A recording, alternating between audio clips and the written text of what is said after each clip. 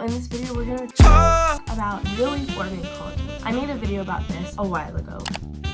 There's some things that I didn't talk about in that video that I want to talk about in this video. Specifically, the first thing that I really didn't talk about in that video is money, affordability. Debt is not something to joke about. It's not something cute, cool, or whatever. So if you are not low income or your parents are a millionaire, you probably sit in this in between. And so you have to have a very real and very honest talk with your parents about how much are they going to be contributing. I am once again asking for your financial support. And the second big thing you need to consider is like, what are your goals out of college? Goals! Actual goals. AF. So like, what do you want to get out of college? What program is going to be the most beneficial for me? So there's a lot of programs out there. There's a lot of schools out there. So you really just have to find these schools that are the best fit for you. And if you don't know where you're gonna do, you need to especially take this time before you apply to college to figure that out, rather than waste your time and your money and probably your parents' money to at least a general idea of what field you're gonna go into. Another thing, how many schools can you feasibly apply to? So you might see online people applying to 25, 30, some people even crazy 40, 50 colleges. But feasibly, most people cannot afford to apply to that many colleges. So figuring out what is a good number for you personally is important. So now let's get into the list. I used a template actually from Reddit that I will link in the description box down below. Let's get started. First kind of section that I have is demographics. So what is the status of the school for me? Here you see that I have a reach/target. It means that there's essentially two programs that I'm applying to, the school itself and then a specific program. So for the school itself, it might be a target or a safety for me, but then for the program, it's a reach. Then the next column that I have is city state. Obviously, you want to know where is this located. Then we have if I'm in state or out of state. You should have at least two safeties. Then I have this cute little thing. So this is from the template. It's called a superlative. So if you've never heard of this, essentially like a superlative is just like a short phrase used to describe something or someone. And then I also put the acceptance rates. I think it's important to know how selective these schools are so that you're not like kidding yourself when you get the rejection letter. And then what application portal would I be applying to the school with? So for most of these schools, it's the Common App, but for some schools, they have their own separate application through like their website. And then we have what type of application would I be applying to this school? So would it be single choice, early action, early decision, or regular decision? And then also number of supplementals take off a lot of time. So time can be a consideration because, you know, there's a short window that we have as class of 2023 to apply to these schools. Applications open in August. But at the same time you're applying, we're also in classes, we're in clubs, we're in sports. We have a life, you know? So it's gonna be a lot.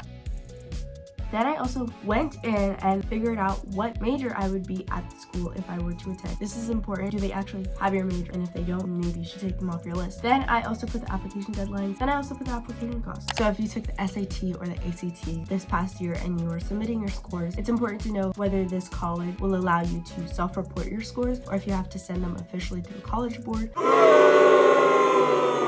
And if you're like me and you didn't put any of your colleges on the SAT thing, you'll have to pay for it. It's not super expensive, but it's money.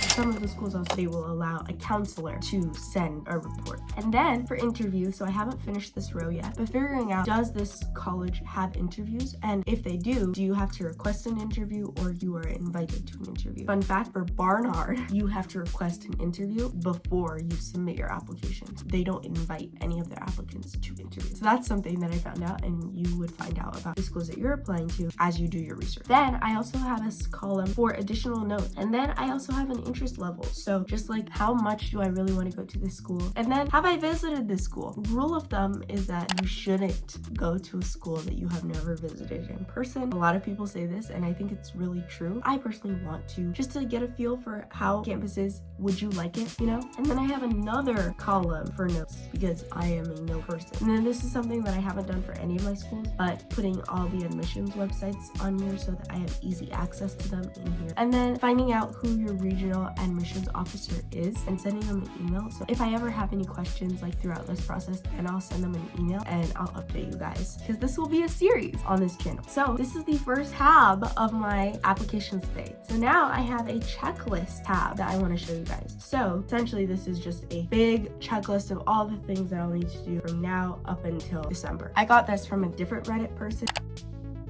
And then the next tab is for application portals. So some schools will have their own separate application portals on their websites that I'll need to create a username and password for, and also filled out the deadlines for this. Then we have my last and probably my favorite tab is my checklist for when I'm actively applying. So this is a more detailed checklist than the other checklist that you saw earlier. So this is like, have I added this school to my Common App? Did I finish the personal statement for the school? Have I sent the school my test score? Did I put my resume, my supplementary essay, my recommendations? Did I apply for any honors colleges or scholarships? Have I added my counselor into the application? When is it due? And then is the application done? When is the decision date? Has it come? And then what is the result? So actually for the result, I did this thing where if I'm accepted, it'll go to green. If I'm waitlisted, it'll be yellow. And if I'm rejected, it'll be red. So in the end, it'll be like this cool, fun, cute little thing. And yeah, that is essentially my whole college application spreadsheet. So once again, I want to encourage you guys that when you are creating your college list, to really evaluate your goals and priorities and what you want to get out of college and not just prestige. And don't get sucked too deep into the applying to college Reddit, because it can be very toxic on there, especially considering that that sub only represents about 1% of all applicants. And some people are genuinely like misconceived in their notions, like strongly believe, especially with how the admission cycles are going, that you have to be an interesting person. You also have to have the good test scores and grades and rigor in your classes to back that up. So they want academically strong students, but they also want students that are interesting and have interests outside of school. So I think that's something you can take to note as you're formulating your college list. And also realize that college applications can seem to be like a huge thing right now, but in the grand scheme of things, this is just like